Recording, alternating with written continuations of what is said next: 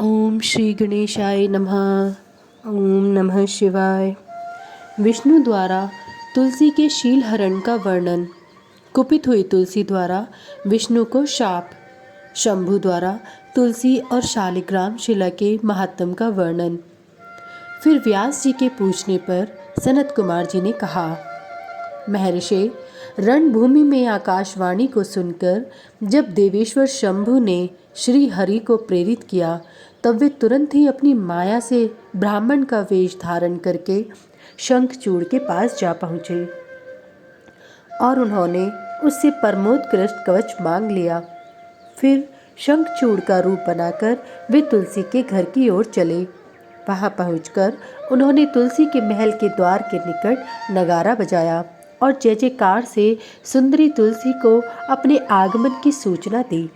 उसे सुनकर सती साध्वी तुलसी ने बड़े आदर के साथ झरोखे के रास्ते राजमार्ग की ओर झांका और अपने पति को आया हुआ जानकर वह परमानंद में निमग्न हो गई। उसने तत्काल ही ब्राह्मणों को धन दान करके उनसे मंगलाचार कराया और फिर अपना श्रृंगार किया। इधर देवताओं का कार्य सिद्ध करने के लिए माया से शंखचूड़ का स्वरूप धारण करने वाले भगवान विष्णु रथ से उतरकर देवी तुलसी के भवन में गए। तुलसी ने पति रूप में आए हुए भगवान का पूजन किया, बहुत सी बातें की, तदंतर उनके साथ रमण किया। तब उस साध्वी ने सुख सामर्थ्य और आकर्षण में व्यतिक्रम देखकर सब पर विचार किया और संदेह उत्पन्न होने पर वह तू कौन है यह डांटती हुई बोली। तुलसी ने कहा, दुष्ट, मुझे शीघ्र बतला कि माया द्वारा मेरा उपभोग करने वाला तू कौन है। तूने मेरा सतीत्व नष्ट कर दिया है, अतः मैं भी तुझे शाप देती हूँ। सनत कुमार जी कहते हैं, ब्रह्मा तुलसी का वचन सुनकर श्री हरि ने लीलापूर्वक अपनी परम मनोहर मूर्ति धारण कर ली। तब उस रूप को देखकर तुलसी ने लक्षणों से पहचान लिया कि वे साक्षात विष्णु हैं, परंतु उसका पतिव्रत्य नष्ट हो चुका है। इसलिए वह कुपित होकर विष्णु से कहने लगी। तुलसी ने कहा, हे विष्णु, तुम्हारा मन पत्थर के सदृश कठोर है, तुम में दया का लेश मात्र भी नहीं है। मेरे पति धर्म के भंग हो जाने से निश्चय ही मेरे स्वामी मारे गए, चूंकि तुम पाषाण सदृश कठोर, दया रहित और दुष्ट हो। इसलिए अब तुम मेरे शाप से पाषाण स्वरूप ही हो जाओ। सनत कुमार जी कहते हैं, मुने, यों कहकर शंखचूड़ की वह सती साध्वी पत्नी तुलसी फूट फूट कर रोने लगी और शोकार्त होकर बहुत तरह से विलाप करने लगी। इतने में वहाँ भक्तवत्सल भगवान शंकर प्रकट हो गए और उन्होंने समझाकर कहा, देवी, अब तुम दुख को दूर करने वाली मेरी बात सुनो और श्री हरि भी स्वस्थ मन से उसे श्रवण करें, क्योंकि तुम दोनों के लिए जो सुखकारक होगा वही मैं कहूँगा। भद्रे, तुमने जिस मनोरथ को लेकर तप किया था, यह उसी तपस्या का फल है। भला वह अन्यथा कैसे हो सकता है? इसलिए तुम्हें उसके अनुरूप ही फल प्राप्त हुआ है। अब तुम इस शरीर को त्याग कर दिव्य देह धारण कर लो और लक्ष्मी के समान होकर नित्य श्री हरि के साथ बैकुंठ में विहार करती रहो। तुम्हारा यह शरीर जिसे तुम छोड़ दोगी नदी के रूप में परिवर्तित हो जाएगा। वह नदी भारतवर्ष में पुण्य रूपा गंडकी के नाम से प्रसिद्ध होगी। महादेवी, कुछ काल के पश्चात मेरे वर के प्रभाव से देव पूजन सामग्री में तुलसी का प्रधान स्थान हो जाएगा। सुंदरी, तुम स्वर्गलोक में, मृत्युलोक में तथा पाताल में सदा श्री हरि के निकट ही निवास करोगी और पुष्पों में श्रेष्ठ तुलसी का वृक्ष हो जाओगी। तुम बैकुंठ में दिव्य रूप धारिणी वृक्षाधिष्ठात्री देवी बनकर सदा एकांत में श्री हरि के साथ क्रीड़ा करोगी।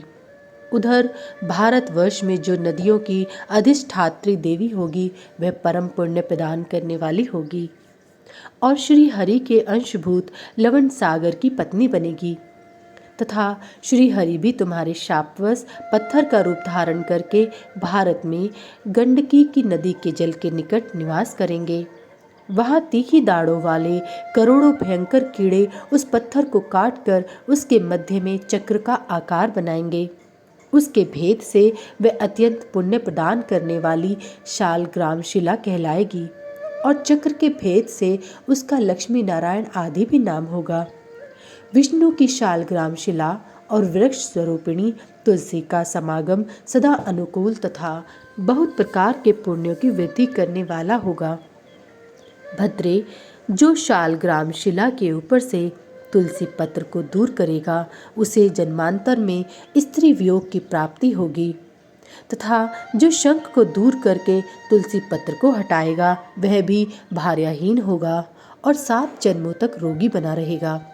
जो महाज्ञानी पुरुष शालग्राम शिला, तुलसी और शंख को एकत्र रखकर उनकी रक्षा करता है वह श्री हरि का प्यारा होता है। सनत कुमार जी कहते हैं, व्यास जी, इस प्रकार कहकर शंकर जी ने उस समय शालग्राम शिला और तुलसी के परम पुण्यदायक महात्म का वर्णन किया है। तत्पश्चात वे श्री हरि को तथा तुलसी को आनंदित करके अंतर्ध्यान हो गए। इस प्रकार सदा सत्पुरुषों का कल्याण करने वाले शंभु अपने स्थान को चले गए। इधर शंभु का कथन सुनकर तुलसी को बड़ी प्रसन्नता हुई। उसने अपने उस शरीर का परित्याग करके दिव्य रूप धारण कर लिया।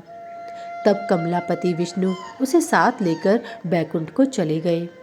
उसके छोड़े हुए शरीर से गंडकी नदी प्रकट हो गई और भगवान अच्युत भी उसके तट पर मनुष्यों को पुण्य प्रदान करने वाली शिला के रूप में परिणत हो गए।